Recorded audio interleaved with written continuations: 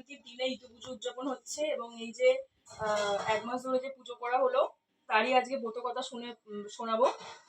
এক গ্রামে এক গরিব ব্রাহ্মণ এবং ব্রাহ্মণী বসবাস করতেন। বসবাস করাকালীন তারা খুবই গরিব ছিলেন। হঠাৎই একদিন ব্রাহ্মণের পিঠে খেতে খুব ইচ্ছা করে এবং তার জন্য তিনি ভিক্ষা করে কিছু চাল জোগাড় করেছিলেন এবং ব্রাহ্মণী তার স্ত্রীকে এসে বলেছিলেন যে পিঠে বানিয়ে দেওয়ার জন্য, এবং তিনি তার স্ত্রী তৎপরত গিয়ে পিঠে বানানো শুরু করেন এবং সরার মধ্যে যে ছ্যাঁক করে আওয়াজ হচ্ছিল সেই আওয়াজ শুনে ব্রাহ্মণ গুনে রাখার জন্য সেই জন্য দড়িতে গিট দেয় যে কতগুলো পিঠে বানানো হচ্ছে।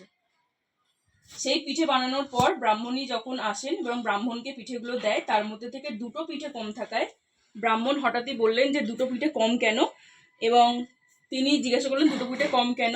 ব্রাহ্মণী বললেন যেহেতু মেয়েরা খেতে চেয়েছিল সেই জন্য 2টো পিঠে আমি তাদের খেতে দিয়েছিলাম।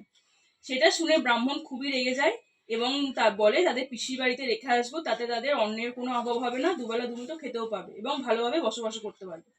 এবং তিনি তাদের যাওয়ার সময় রাস্তায় হঠাৎই তার 2 কন্যা দেখতে পান যে সরার মধ্যে এক মা কি একটা পুজো করছেন এবং সেই পুজোটা করাকালীন তাদের মনে জাগে যে সেটা কি পুজো তাদের জানায় এবং সেই মাকে গিয়ে জিজ্ঞাসা করে, মা আপনি সরার মধ্যে কি পুজো করছেন? সেই মা বলেন যে এটা হচ্ছে ইতু পুজো, শেষ সংক্রান্তিতে উদযাপন হয় এবং প্রতি বৃহস্পতি এবং সারা অঘ্রাণ মাস জুড়ে বৃহস্পতি এবং রবিবার জল দিতে হয় উপোস করে।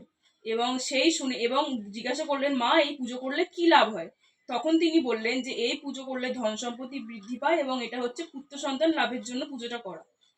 তখন 2 মেয়ে সেই পুজো শুরু করে, ইতু পুজো শুরু করে এবং 1 মাস যাবত তাদের যখন উদযাপন হয় তখন সূর্যদেবী খুবই খুশি হন এবং তাদের 2টো বরদান করেন। সেই বর দুটো হলো, এক হচ্ছে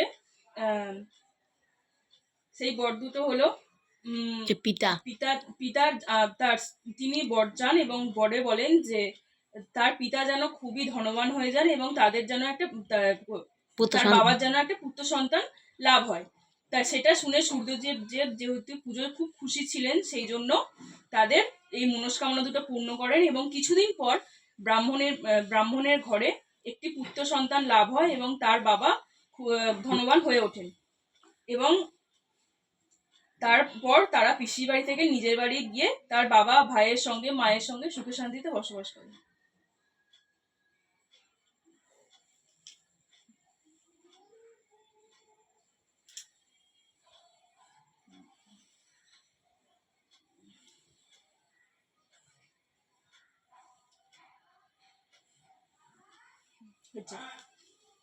ঠিক আছে, হয়ে গেছে তাহলে? হ্যাঁ, দেখ